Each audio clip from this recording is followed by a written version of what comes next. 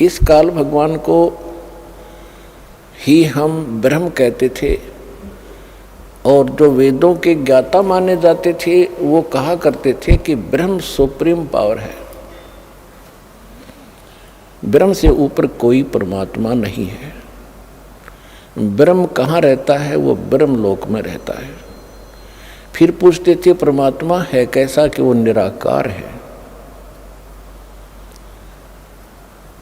तो पुण्यात्माओं, अब आपको परमात्मा का दिया हुआ वो ऐसा ज्ञान प्राप्त हो चुका है कि उस ज्ञान की तुलना में आप बहुत आसानी से तोल सकते हो, जांच सकते हो। जो हमारे धर्म गुरु ऋषि महर्षि जो हमें ज्ञान दिया करते थे, वो कितने भगवान से परिचित थे, वो कैसा उन्होंने भगवान को जाना था। और परमात्मा ने आकर जो ज्ञान दिया है वो हमारे सदग्रंथों में पहले ही विद्यमान था। और जिनको हम विद्वान माना करते थे और जो संस्कृत भाषा बड़ी धारावाहिक बोला करते थे, उनके ज्ञान के सतर का अब हमें पता चला। उनको अपने अध्यात्म धर्म ग्रंथों का कै ख भी पता नहीं था, कै ख भी पता नहीं था। ये सुनी सुनाई कथाएं वो सुना रहे थे, फिर आगे उनसे सुनकर कोई और सुना रहे थे। ये एक लोक वेद बनकर हमारे हृदय में समा गया था कि बस इतना ही है ये ज्ञान अध्यात्म, और यही है भगवान जो ये हमें बता रहे हैं। तो इसके ऊपर हमारा कोई भी ऑब्जेक्शन नहीं रहा था। जिस भी धर्म में हम जन्मे थे वही कथाएं हम परंपरागत सुनते आ रहे थे, और हम संतोष कर लिया था। हमने संतुष्ट हो चुके थे कि जो साधनाएं मैं कर रहा हूँ, मेरा साथी भी कर रहा है, रिश्तेदार भी कर रहा है। जहाँ जाते हैं उसी प्रकार मंदिर में जाते हैं, मूर्ति पूजते हैं, जल चढ़ाते हैं, या कोई मंगलवार का प्रसाद बांट देते हैं, व्रत रखते हैं।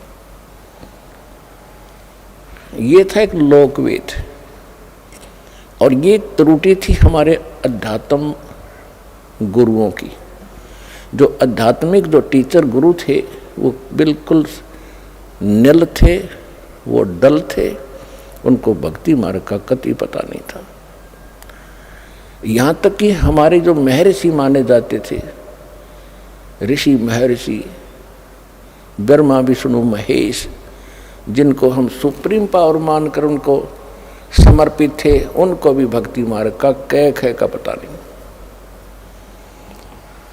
पुण्यात्माओं, अगर ये शब्द जो दास आज बोल रहा है, यदि ये शब्द 50 वर्ष पहले भी बोले जाते तो कोई सुनता नहीं, कोई सत्संग में आता नहीं, और विरोध और करते, गालियां देते कि सिरफरा बैठा है बरवाले में, पता नहीं क्या बकवासें घट रहा है।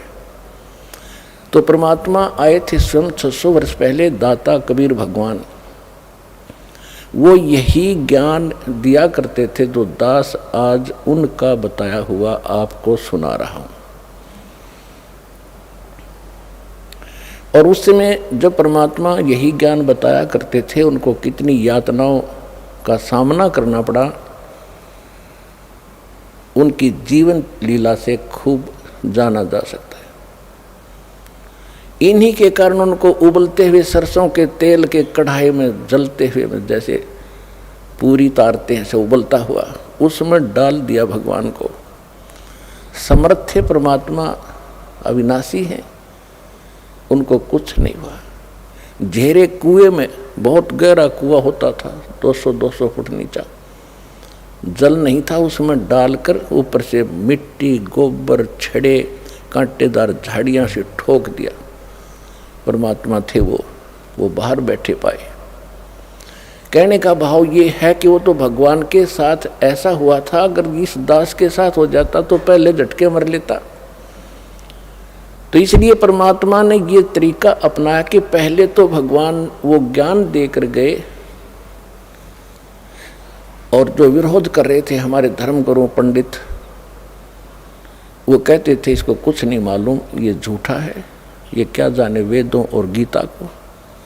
क्या जाने ये पुराणों के विषय में, इसको संस्कृत भाषा नहीं आती। तो ये हमारे हृदय में घर कर गई ये बात उनकी कि कबीर जी अशिक्षित हैं और हमारे धर्म गुरु काशी विद्यापीठ से ये पढ़े हुए हैं और हमारे सदग्रंथ भी संस्कृत भाषा के अंदर ही लिपिबद्ध थे। तो जिस कारण से हमें अपने उस नकली धर्म गुरुओं पर अविश्वास नहीं हुआ कि ये झूठ बोल रहे हैं कि कबीर जी गलत ज्ञान दे रहे हैं।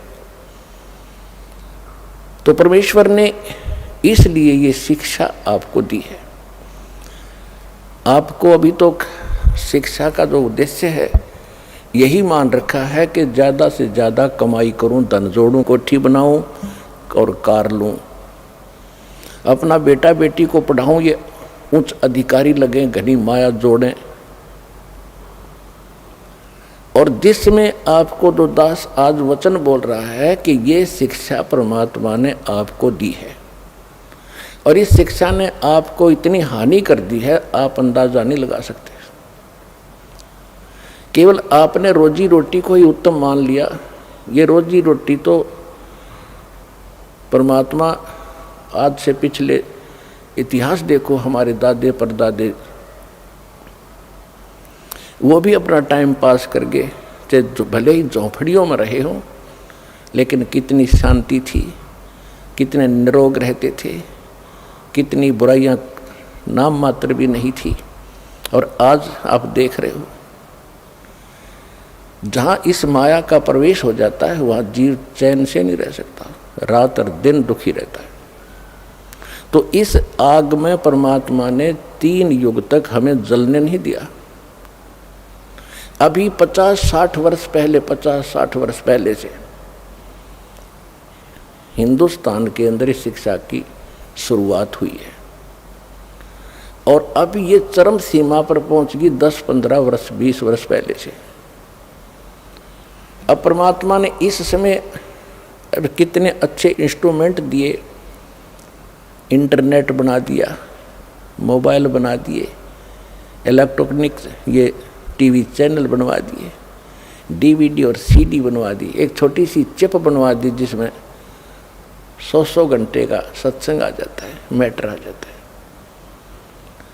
तो इतना अज्ञान हो चुका था, उस अज्ञान को हटाने के लिए परमात्मा ने ये सुविधाएं दी आपको और उसका ये परिणाम है कि आज आप वो बातें सुन रहे हो जो भगवान 600 वर्ष पहले सुनाया करते थे और मार खाया करते थे।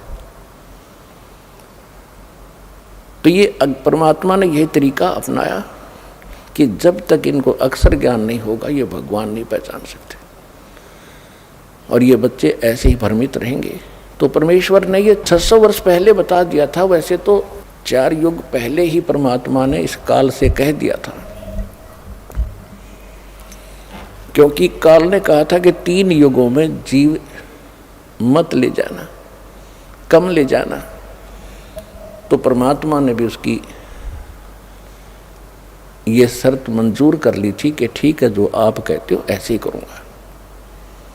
फिर काल ने कहा था कि 4था युग जब कलयुग आवे तब तो शरण जीव बहु जावे, प्रथम अंश हमारे जाही और पीछे अंश तुम्हारे जाही। ऐसा वचन हर मोय दीजै तब संसार गवन तुम कीजै। अब जो प्रसंग चला है इसके लिए थोड़ी सी भूमिका बतानी पड़ेगी कि परमात्मा जब प्रथम बार यहाँ आए और यहाँ हाहाकार मच चुकी थी, क्योंकि यहाँ तो दुख ही दुख है। बेशक सतयुग भी क्यों ना हो, मृत्यु तो वहाँ भी थी, वृद्ध अवस्था भी थी। वृद्ध अवस्था और मृत्यु इस प्राणी के लिए सबसे बड़ा कहर है और ये दोनों कंपलसरी क्यों गए का बेशक बीच में अचानक मर जाए, लेकिन वो मृत्यु अच्छा नहीं मानता कोई भी, और बुढ़ापे में मृत्यु कोई बड़ी बुरी सी नहीं लगती। तो एक कंपलसरी है बुढ़ापा भी और मृत्यु भी, और दोनों महादुख। तो परमात्मा जब वहाँ से आए कि ये बहुत दुखी हो लिए हैं, अब इनकी अकल ठिकाने आगी होगी, इनको सच्चाई बताऊंगा, यथार्थ ज्ञान दूंगा। तुम यहाँ के रहने वाले नहीं हो, तुम सतलोक में रहते थे, वहाँ कोई अभाव नहीं, वहाँ कोई मृत्यु नहीं, वहाँ कोई वृद्धावस्था नहीं, वो शरीर दूसरा मिलेगा आपको। तो ये सब ज्ञान देने के लिए परमात्मा उद्देश्य लेकर आए।